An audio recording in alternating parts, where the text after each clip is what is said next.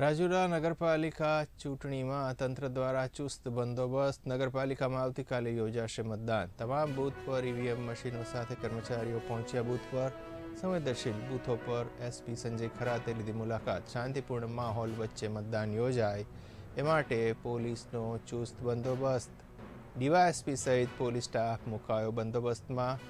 ચૂંટણીને ધ્યાનમાં લઈને આરોગ્યની ટીમ પણ પ્રાંત કચેરીએ રહેશે સ્ટેન્ડ બાય। કાલે તારીખ 16 રોજ રાજુલામાં જે નગરપાલિકાની ચૂંટણી છે એમાં કુલ 7 વોર્ડની ચૂંટણી છે, જેમાં 28 સીટ છે।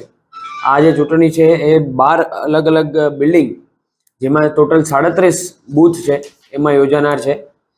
આ ચૂંટણીનું આયોજન અને એનું એક્ઝિક્યુશન પ્રોપરલી અને સુચારુ રીતે થાય એ માટે અમે ચુસ્ત પોલીસ બંદોબસ્તની ફાળવણી કરી છે, જેમાં ટોટલ 65 પોલીસ જવાન તથા 56 જેટલા હોમગાર્ડના જવાનોને ડિપ્લોય કરવામાં આવેલા છે।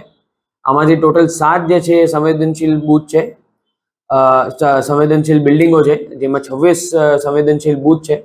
અને અમારી તૈયારી એ રીતની છે કે કોઈ પણ જાતનો કાયદો વ્યવસ્થાનો પ્રશ્ન ઊભો ન થાય અને જે ચૂંટણી છે એ બહુ જ શાંતિપૂર્વક રીતે, વ્યવસ્થિત રીતે અને કોઈ પણ અનિચ્છનીય બનાવ ન બને એ રીતે કન્ડક્ટ થાય એ પ્રમાણે અમારી પૂરતું આયોજન છે।